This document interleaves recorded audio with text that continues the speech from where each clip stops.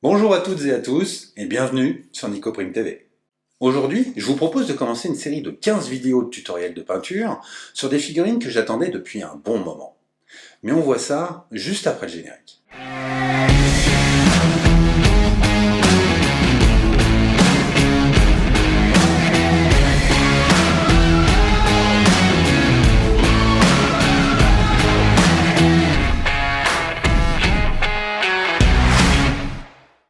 En 2019, Mythic Games a lancé un Kickstarter d'un nouveau jeu de plateau et d'arène, Super Fantasy Brawl. Si vous ne connaissez pas Super Fantasy Brawl, je vous renvoie vers le live d'une partie qui a été faite sur French Wargame Studio, le lien est dans la description. Toujours est-il qu'aujourd'hui, presque un an après le Kickstarter, les livraisons devraient commencer mi-septembre. Donc vraiment très bientôt. Si vous n'avez pas pu participer à ce Kickstarter, sachez qu'une quantité limitée des mêmes boîtes que celles du Kickstarter sont disponibles actuellement sur le site de Mythic Games. Ou que sinon, en 2021, le jeu sera disponible dans vos boutiques habituelles dans une version retail. Personnellement, j'ai pledgé parce que j'adore le concept de Super Fantasy Brawl. Je trouve les figurines vraiment cool, avec un look original qui me rappelle un peu World of Warcraft. Le système de jeu est simple et rapide.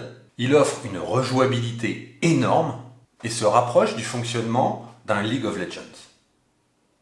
Si on ajoute à ça que l'installation du jeu et le rangement du jeu est très rapide et que, cerise sur le gâteau, il n'y a que 15 figurines toutes uniques à peindre, pour moi, c'est le jeu idéal. Mais vous me connaissez, je suis avant tout un peintre. Et j'avais tellement hâte de mettre en valeur ces figurines que du coup, il y a quelques mois, j'ai demandé à Mythic Games s'ils pouvaient me fournir un ou deux tirages en résine des figurines. Et au final, ils m'ont gentiment offert ces 6 tirages plastiques des figurines qui sont présentes dans la version retail du jeu. Donc merci beaucoup Mythic Games. Comme j'ai reçu ces figurines avant l'arrivée des pledges, le mien y compris, ça me donne l'occasion de vous préparer des tutos qui seront disponibles, enfin j'espère, avant même que vous ayez reçu vos boîtes. Et pour commencer cette série, j'ai choisi de vous peindre Dougroune, le nain avec son bouclier. Mais pour la suite des tutos, c'est vous qui allez décider. Donc dites-moi en commentaire laquelle des figurines restantes vous souhaitez que j'utilise pour le tutoriel numéro 2. Bon, à force d'en parler, j'ai la peinture qui commence à me démanger. Donc si vous êtes prêts, sortons les pinceaux et commençons.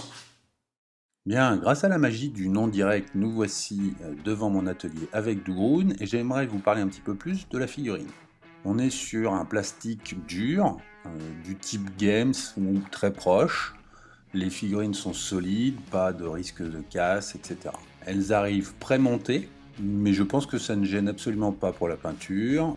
On voit que la sculpture est bien marquée, avec des creux profonds et des surfaces bien lisses, donc rien à dire de plus. Et on a très peu débarbage à faire sur les figurines, donc bravo pour la qualité Mythic Games. Concernant l'espace de travail, vous aurez en haut à gauche un petit sopalin avec les 2 verres que je vais utiliser pour la dilution et le nettoyage de mon pinceau. Donc vous pourrez suivre comme ça mes mouvements, et en bas vous retrouvez la palette où je vais étaler mes peintures. Je suis parti sur une sous-couche noire, donc un Chaos Black de chez Citadel. J'ai entièrement sous-couché la figurine et je suis revenu à l'aéro faire un zénithal avec du blanc sur diverses parties. Si vous n'avez pas accès à un aéro, vous pouvez le faire à la bombe. La seule chose, c'est que vous devrez revenir sur certaines parties avec du noir. Je l'ai fait aussi à quelques endroits, un noir très dilué, pour laisser faire revenir les zones que je ne souhaitais pas mettre en exergue avec le zénithal. J'ai choisi tout de même de mettre un zénithal afin de pouvoir sur certaines couleurs récupérer la vraie saturation des couleurs, notamment par exemple sur le bleu. Bien, on va commencer le tutoriel de peinture et donc je dépose sur ma palette mes couleurs de base, c'est-à-dire un Rétributeur Armor, un Bugsman's Glow qui va me servir pour la peau, ensuite un gris de chez Scale75 qui va me permettre de faire toutes les parties d'armure, puis un bleu, un Lothern Blue de chez Citadel pour les gemmes, et enfin un marron qui va me servir pour les bois et les cuirs. Je commence par appliquer ma couleur de peau, c'est-à-dire mon Bugsman's Glow, sur ma figurine. Donc je dilue bien ma peinture, je suis sur quelque chose d'assez liquide mais pas trop.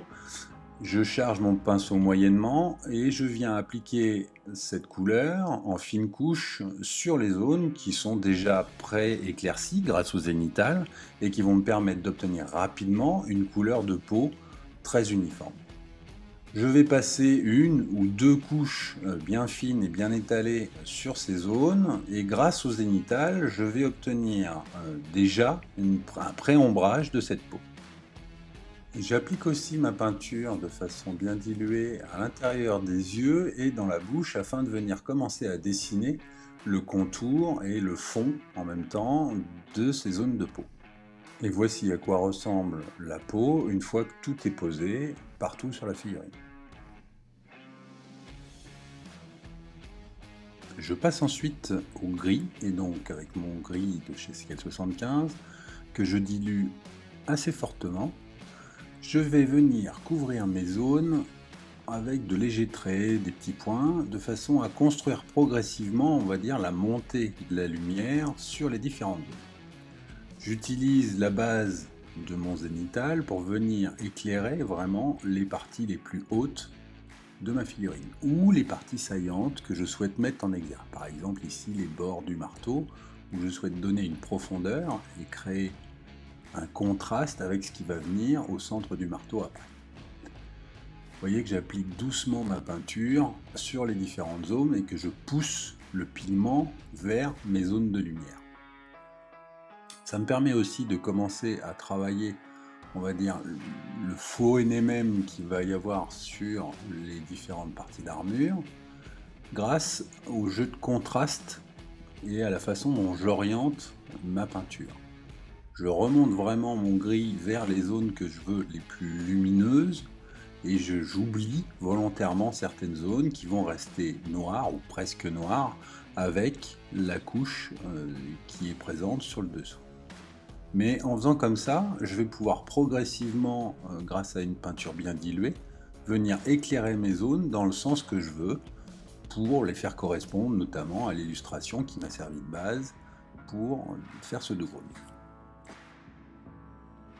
Alors, ce travail peut sembler long et fastidieux, mais en fait il est assez rapide, mais il permet surtout de définir plaque à plaque le sens de la lumière et venir progressivement apporter la lumière là où on veut que le point focal se fasse, tout en faisant des contrastes entre les différentes plaques de façon à augmenter la lisibilité de chaque zone.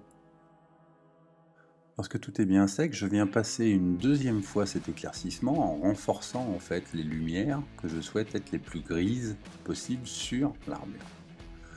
Je passe d'un point à l'autre comme ça en suivant mon zénithal qui m'aide à orienter la couleur que je viens poser. J'utilise également ce gris de façon assez diluée pour venir équilibrer l'ensemble de ma cape. Donc je repasse sur certaines touffes de poils pour venir les assombrir un petit peu et j'en profite aussi pour marquer le contraste entre les poils. Donc je fais une espèce de lavis quelque part entre les poils, mais ça me permet aussi de couvrir certaines zones qui sont peut-être un peu trop noires à mon goût pour venir rattraper l'équilibrage de la couleur au global sur la cape. J'adoucis comme ça les différentes zones et j'augmente la lisibilité encore une fois qu'il peut y avoir entre chaque touffe de poils. Je viens ensuite, à l'aide de mon marron, baser tout ce qui va être en bois ou en cuir. Donc j'applique ma couleur, pareil, très diluée et assez peu couvrante, pour pouvoir profiter de mon zénithal qui a été posé au préalable. N'hésitez pas à venir passer une seconde couche si vous voyez que votre couleur n'est pas assez couvrante et que vous ne retrouvez pas le marron, ce fameux Dubaï marron de chez Scale75 ou le marron que vous aurez choisi. Grâce au zénithal, on va obtenir des cuirs ou des marrons qui seront beaucoup plus foncés sur le bas de la figurine que sur le haut. Certaines parties peuvent paraître inaccessibles, mais à partir du moment où le pinceau peut y aller, normalement il n'y a aucun souci. Pour finir avec ce marron, je viens faire un lavis, donc une peinture extrêmement diluée du marron sur ma palette. Vous voyez qu'il est vraiment très peu couvrante. Et je vais m'en servir pour passer sur la barbe dans le sens de ma lumière, enfin dans le sens inverse de ma lumière, justement, pour venir ombrer en marron les différentes zones de la barbe. J'insiste vraiment dans chacun des creux de la barbe de façon à augmenter le contraste qu'il va y avoir sur cette barbe. Au bout de 2-3 couches de ce traitement, on voit bien que j'obtiens vraiment un côté marronné sur le bas de la barbe, sur les poils de la barbe, tout en gardant le côté gris clair et blanc que peut avoir la barbe de Snow. Je commence ensuite à baser avec un bleu assez dilué l'ensemble des zones qui vont recevoir ce bleu, c'est-à-dire toutes les gemmes et autres fumerolles qu'il peut y avoir sur la figurine. Je profite de mon zénithal pour orienter ma peinture. Vous voyez que là, ma peinture est très peu couvrante, c'est vraiment histoire de passer un voile de bleu que l'on viendra ensuite confirmer aux endroits qui nous intéressent. Donc là, pour l'instant, il s'agit uniquement, on va dire, de poser un voile de bleu en orientant notre peinture. Toujours avec cette même consistance de peinture, je viens poser mon voile sur les flammes qui sont présentes sur le marteau. Je déborde volontairement sur le marteau de façon à créer une sorte de lumière ou d'OSL très léger qui va venir renforcer la flamme sur le marteau. Je viens également poser ce voile à l'intérieur des orbites afin de préparer une espèce d'OSL qu'il y aura sur les yeux. Je viens ensuite poser un second voile avec une peinture un peu moins diluée afin de dessiner ou de commencer à dessiner le jeu de dominos d'alternance qu'il va y avoir sur chacune des facettes des cristaux. Je me sers toujours de mon zénithal pour savoir où exactement la lumière doit être la plus forte sur chacune des facettes. Je viens ensuite travailler mes parties dorées avec donc mon rétributeur que j'ai dilué avec une petite goutte de lamiam médium et je l'applique en fine couche sur mes zones dorées. Grâce au mélange lamiam plus peinture métallique, j'obtiens quelque chose que je peux facilement travailler et guider sur la figurine. Alors que si je l'avais pris directement depuis le pot ou dilué avec de l'eau, j'aurais quelque chose de beaucoup plus difficile à déplacer et à bouger avec mon pinceau sur mes zones. Et voici ce qu'on obtient une fois qu'on a posé juste les bases sur la figurine. On constate qu'on commence déjà à bien discerner chacune des zones et qu'on a déjà de l'ombre et de la lumière alors qu'en fait on n'a fait aucun dégradé. Je m'attaque ensuite aux cornes du bouclier avec un Screaming Skull et je viens passer fine couche de peinture en dirigeant ma peinture et en étalant bien la peinture pour qu'elle soit le plus couvrante possible. Je passerai tout de même 2 ou 3 couches afin d'obtenir une couche homogène sur l'ensemble. Je dilue ensuite un petit peu plus ce Screaming Skull et je vais venir éclaircir les parties de fourrure que je veux, on va dire, être sur les bords du pelage. Donc ils vont être plus clairs et vont me permettre de créer un contraste plus fort avec les parties faussement NMM de l'armure qui sont juste à côté.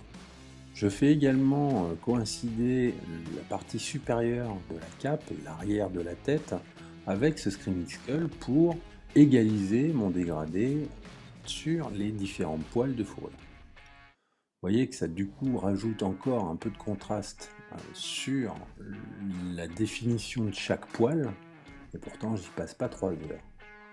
Je vais revenir avec ce Screaming Skull tout de même sur certaines parties pour augmenter la définition et les traits qui pourront être tirés. Et pour l'instant, je me contente, on va dire, de passer avec un pinceau très peu chargé en peinture sur les différents poils pour rapprocher la couleur sur le sommet de ce qu'il va y avoir sur le contour de la tête et les poils qui entourent le casque de Doubrune.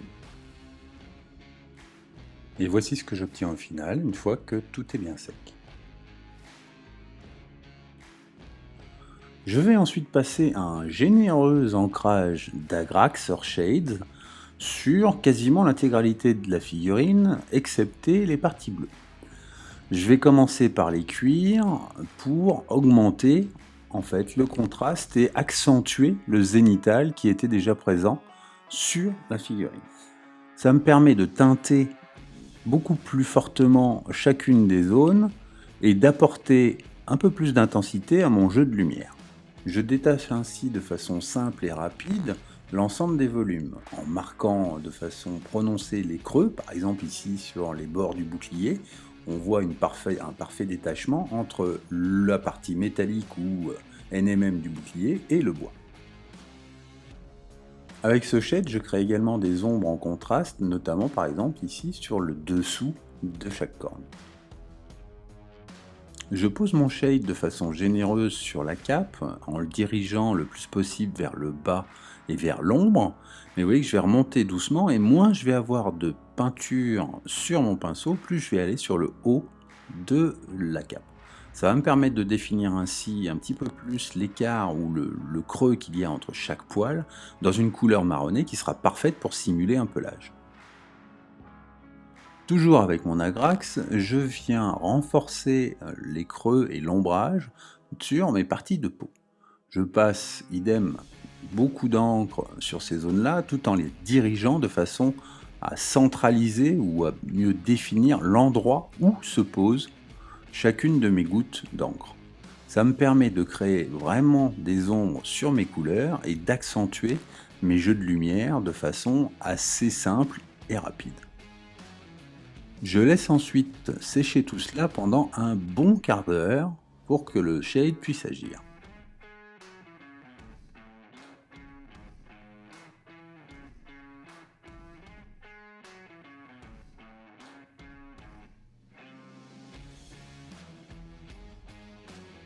Sur ma palette, à l'aide de mon pinceau, je viens poser une petite goutte de blanc et je crée un dégradé à partir de mon gris de départ. Je dégrade donc progressivement cette couleur sur ma palette, comme ça j'ai toutes les couleurs disponibles sous la main. Je prends donc un gris légèrement plus clair que ce que j'avais au départ, assez dilué, et je viens le passer sur mes zones faussement NMM pour augmenter mon blanc et augmenter la couleur et la lumière sur chacune des zones. Donc là on voit pas super bien parce que mon cadrage n'était pas optimum, mais le but est vraiment de pousser la lumière au centre des zones, ou en tout cas au point de lumière créé par le volume, afin de faire progresser la lumière vers le centre de la zone. Et je vais donc éclaircir comme ça par petites touches au fur et à mesure chacune des zones pour apporter de plus en plus de lumière. Jusqu'à finir avec un blanc quasiment pur, mais très dilué, pour venir marquer vraiment les points maximum de lumière que je souhaite donner à chaque zone. Le but est vraiment d'équilibrer cette lumière pour qu'elle paraisse logique, et en tout cas à son paroxysme, aux bons endroits sur la figurine. Et sur les zones plus basses, je vais répéter la même opération, mais par contre, je vais aller beaucoup moins haut dans mon blanc, de façon à équilibrer l'ensemble de la zone avec l'éclat maximum sur le haut de la figurine. Par contre, c'est aussi à l'aide de blanc que je vais venir marquer des battle damage sur ce bouclier, puisqu'il est là pour encaisser des dommages et donc subir des dommages, en faisant de tout petits points ou de tout petits traits de blanc à certains endroits. Et je viens avec du noir souligner ou surligner, selon l'endroit, ces battle damage afin de leur donner un effet visuel et un trompe-l'œil qui va créer un volume sur ces battle damage. Je finalise chacune de ces plaques en venant rehausser en petits pointillés de blanc pur certaines arêtes afin de les renforcer, de les rendre beaucoup plus brillantes comme elles devraient l'être naturellement. Une fois que j'ai terminé l'ensemble de mes plaques d'armure, je reviens sur les petites lanières de cuir qui tiennent la grande corne qu'il a sur le côté, et je les travaille avec les mêmes couleurs que pour les plaques d'armure, mais cette fois en faisant uniquement des tout petits traits, de façon à marquer des sortes de craquelures dans cette espèce de cuir noir. Et je finis également avec une petite pointe de blanc en pointillé sur vraiment les arêtes afin de vraiment marquer un contraste sur les bords. Je prends ensuite le temps d'observer ma figurine afin de regarder s'il n'y a pas des endroits dont l'éclairage est imparfait. Et je viens rajouter certaines petites touches de blanc afin d'améliorer la lumière au global sur la figurine. Je viens ensuite m'occuper de toutes les gemmes et je vais commencer à les éclaircir. Donc je repars de mon bleu de départ, que je repose sur les surfaces de façon à bien les éclaircir. Et je vais petit à petit mélanger un petit peu de blanc avec mon bleu, de façon à avoir une couleur de plus en plus claire, pour éclaircir à chaque fois chacune des facettes avec une couleur bien diluée, qui va me permettre en transparence d'apporter de l'éclat à chacune des faces de chacune des pierres précieuses. J'utilise à la fois mon éclairage zénithal qui va m'aider à choisir où poser mes couleurs et un jeu d'alternance en damier de couleurs sombres ou de faces sombres sur les facettes des gemmes et de couleurs claires de façon à créer vraiment cette impression de lumière et de réflexion par rapport à une surface miroitante ou en verre comme peuvent être les gemmes. Pour finir, je vais venir faire une sorte de lavis de blanc sur ma palette en diluant fortement mon blanc et obtenir une surface ou une tension de peinture qui soit suffisamment transparente pour venir faire un glacis ou un lavis sur une partie des surfaces et des gemmes qui sont directement face à la lumière.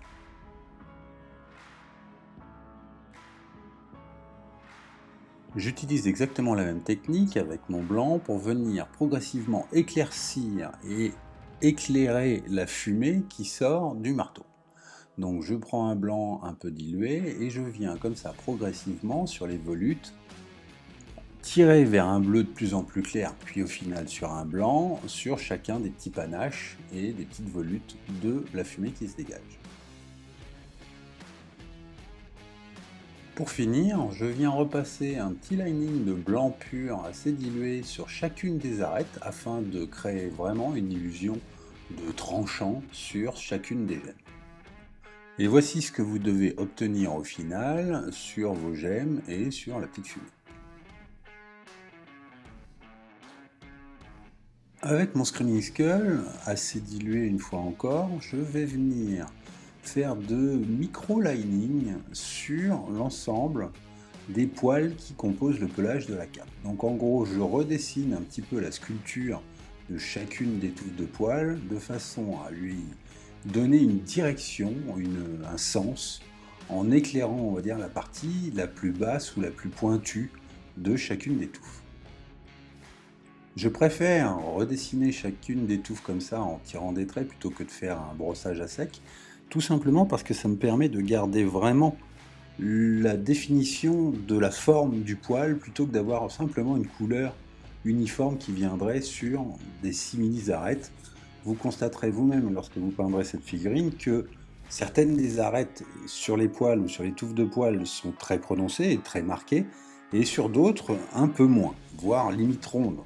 Donc avec un brossage, ça ne serait pas possible d'obtenir cette définition-là.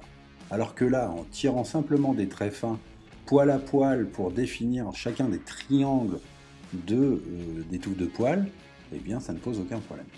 C'est juste un petit peu plus long, mais au final ça se fait très vite. Cette étape me permet également, au passage, de renforcer ma lumière sur le dessus de mon pelage, et donc de créer une profondeur supplémentaire dans cette cape. Le fait de travailler poil à poil ainsi chacune des touffes crée vraiment une texture intéressante qui donne de la vie à la cape en général et à l'effet poil en particulier.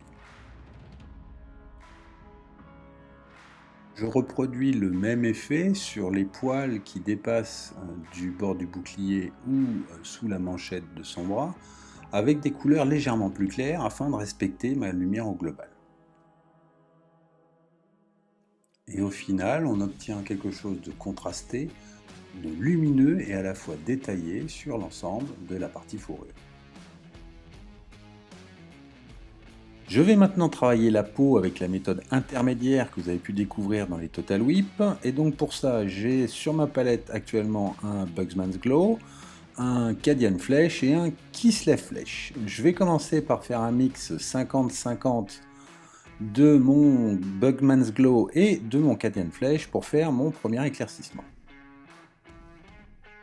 Je commence donc par revenir avec cette peinture bien diluée sur toutes mes zones de peau, de façon à reprendre le Bugs Bunny Glow que j'avais mis au départ et qui a été ombré avec la Graxer Shade.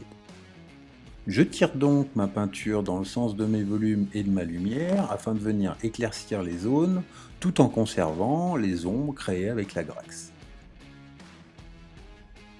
Donc je focalise vraiment mes éclaircissements sur le haut de chacun des volumes et le bout des doigts tout en conservant les rides qu'il peut y avoir de présentes sur la sculpture. Je procède de même sur l'ensemble de la peau et des muscles afin de redessiner chacun des volumes et lui apporter un peu plus de galbe grâce à la lumière. Et je viens répéter cette opération, cette fois avec mon Cadian pur, sur l'ensemble de mes volumes sur des zones de plus en plus restreintes. Comme ma peinture est bien diluée, j'apporte petit à petit, touche par touche, la lumière là où je la veux, sur chacun des volumes, des doigts ou de la peau. Pour finir, je viens apporter un maximum de lumière avec le Kislev Flèche aux endroits réellement les plus saillants et les plus dirigés vers la lumière. Et je viens également peindre dans cette couleur les ongles, ou en tout cas la base des ongles, afin d'avoir une couleur correspondante à une main humaine. Ça aurait été un monstre ou quelque chose comme ça, j'aurais pu faire une corne beaucoup plus foncée ou même noire, grise, peu importe. Là, je veux vraiment avoir une teinte humaine et donc avoir quelque chose de cohérent avec la couleur de la peau. Pour finaliser, je viens mélanger un petit peu de blanc à mon Kislev pour vraiment donner les petits points de lumière maximum qui vont donner l'intérêt aux jointures, au bout des ongles, etc., etc.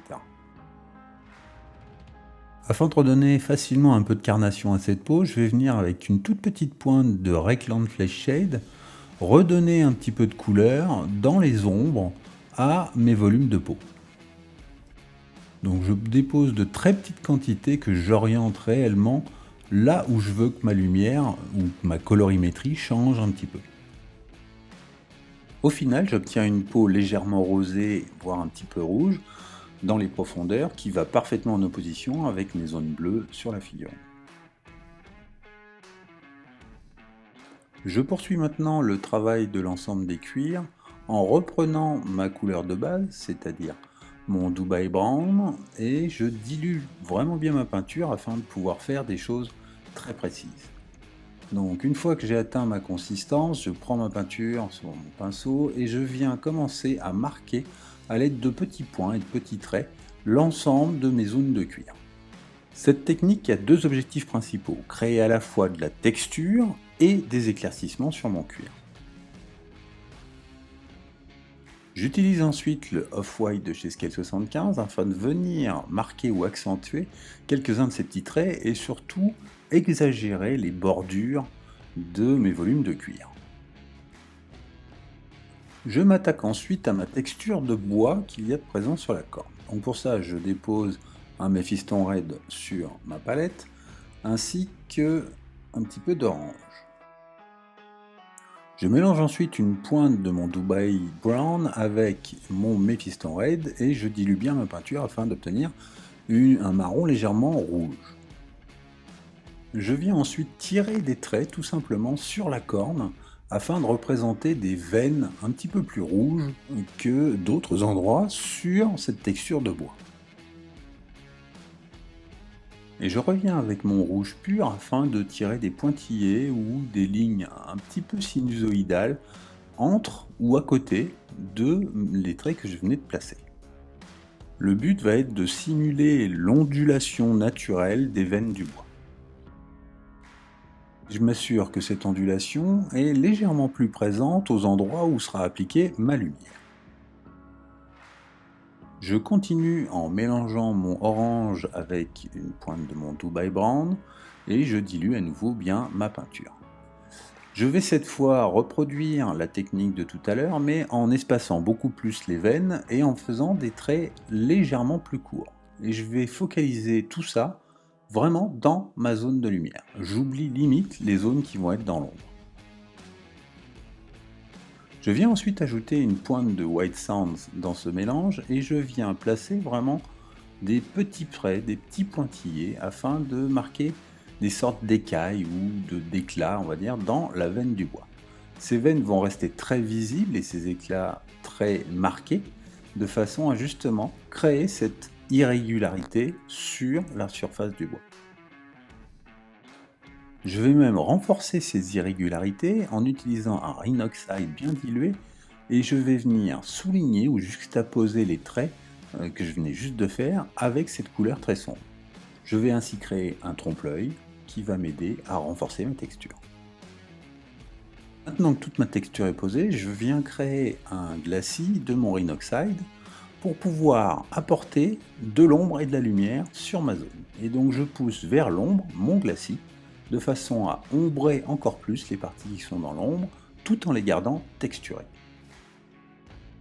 En répétant cette opération de glacis, je vais petit à petit construire le galbe global de la corne. Mon ombre va se renforcer et ma lumière va donc se renforcer également. Et une fois mon glacis fini et sec, je viens avec mon White Sands reprendre légèrement certains tout petits points de ma texture pour les rendre beaucoup plus éclatants. Et voici ce que vous devez obtenir au final sur votre texture de bois. Je reviens ensuite finaliser le travail sur mes ors, donc pour ça je vais réutiliser le Retributor Armor que j'avais sur ma palette, j'ai ensuite un Liberator Gold et je finis par un Noric Armor Gold. Je commence donc par reprendre mon Retributor Armor que je vais diluer avec une légère pointe d'eau afin de revenir reprendre les différentes lumières qui ont pu être un peu trop assombries par le shade lorsque je l'ai posé. Donc je viens tout simplement déposer très doucement ma peinture en tapotant, en picotant les zones qui doivent être les plus éclairées. Une fois que c'est fait, j'utilise mon Liberator Gold afin de venir apporter un petit peu plus de lumière. Et donc en restreignant les zones, je viens toujours déposer très doucement ma peinture sur les zones où je souhaite que la lumière soit la plus forte. Je renforce doucement un petit coup comme ça la lumière sur toutes mes zones. Mon Liberator Gold étant en plus légèrement plus orangé et plus clair, il apporte une certaine teinte à mon or. Je renforce ainsi mes zones de lumière tout en les teintant afin de donner plus d'éclat à cet or. Puis je viens avec mon Noric Armor Gold travailler les parties saillantes et les plus éclairées de mes parties dorées. Donc j'insiste forcément sur les arêtes, je fais des petits linings dans toutes les zones où mon or est présent. Je vais également pouvoir insister sur des points de lumière comme par exemple sur certains rivets pour donner une sorte de dégradé progressif à l'éclairage de mon or. Et afin de finaliser l'éclat sur ce doré, je viens avec du métallique normal poser quelques petits points de lumière sur les parties les plus saillantes, les arêtes ou les rivets, et ainsi créer des points de lumière extrêmes dans mon doré. Maintenant que c'est fait, il ne me reste plus qu'à travailler mon socle. Donc pour ça, j'ai posé du Beller Brown, un Tarn Yellow et du vert avec un Warpstone Glow et un Mood Green. Je commence par poser mon Beller Brown, ma peinture est bien diluée afin de pouvoir rentrer à peu près partout et je la diffuse sur l'intégralité de la terre du socle. Une fois que c'est sec, je viens passer une seconde couche de ce Beller Brown, légèrement moins liquide, afin d'être un peu plus couvrant, mais d'être sûr que l'intégralité de ma couleur est passée sur toute la surface du socle qui est vraiment bien texturée. Une fois que tout ça est bien sec, je viens avec un Agrax appliquer un très généreux ancrage sur toute la surface de mon socle et de ma terre. Comme le socle est vraiment bien texturé, qu'il y a différents niveaux et qu'il est vraiment construit au niveau de la matière, mon encre va me permettre de dissocier l'ensemble des volumes assez facilement. Je m'applique néanmoins à favoriser le dessous de la figurine pour en mettre le plus possible dans les ombres et étirer, vraiment étirer chacune des zones sur laquelle mon shade va venir passer. Je viens même renforcer certains endroits afin que mon Agraxer Shade crée vraiment des ombres très fortes sur le socle. J'en profite aussi pour en mettre à l'intérieur des petites herbes, ça me servira pour tout à l'heure. Étant donné la quantité de shade qu'il y a de présent sur ce socle, je vous conseille de laisser tout ça sécher au moins 30 minutes avant de reprendre la peinture. Maintenant que tout est sec, je vais revenir avec mon Beller Brown, reprendre les volumes que j'ai ombrés fortement avec cet Agraxer Shade. Ma peinture est bien diluée et je la tire dans le sens de ma lumière de façon à marquer les volumes. J'en profite pour poser quelques petites taches de terre qui viendraient sur les naissances de certains cristaux pour les intégrer un petit peu plus au socle. J'utilise ensuite mon Tarn pour venir éclaircir mon Beller Brown, toujours en respectant mes lumières, et je fais des petites marques, des petits traits, afin de créer de l'intérêt et de la texture dans cette partie de terre. Je construis progressivement et doucement, à plusieurs couches et différents traits, afin de créer vraiment de la texture et d'apporter de l'intérêt à cette partie du socle. Je viens ensuite baser tous mes brins d'herbe avec mon Warpstone Glow qui est assez dilué et je pose ma couleur tout simplement sur tous mes brins d'herbe en essayant de ne pas déborder. Le fait d'avoir déposé tout à l'heure de l'Agrax au fond de mes brins d'herbe fait que mon vert vient se fondre avec l'Agrax sur les parties basses de chaque touffe d'herbe. Je viens ensuite diluer mon Mood Green afin d'obtenir une texture qui me permette de faire des linings. Et je viens tout simplement tirer ma peinture sur l'ensemble des arêtes qui sont présentes sur chaque touffe d'herbe. Ça me permet d'éclaircir et de donner une lumière à chacun des brins d'herbe. Lumière que j'accentue en mélangeant du Tarn à mon Mood Green et que je viens déposer sur la pointe, l'extrême pointe de chacun des brins d'herbe. Ça crée une lumière et un point focal tout simple, mais qui permet quand même de faire que les brins d'herbe et les arêtes principales se dégagent un petit peu plus et rattrapent la tonalité de ce que l'on a pu faire sur l'éclairage de la partie du sol. Il ne nous reste plus qu'à reprendre la base du socle en noir afin de nettoyer celui-ci et on aura fini. Au final, on a une figurine assez contrastée qui respecte plutôt bien l'illustration d'origine et que personnellement j'ai mis à peu près 3 heures, 3 heures et demie à peindre.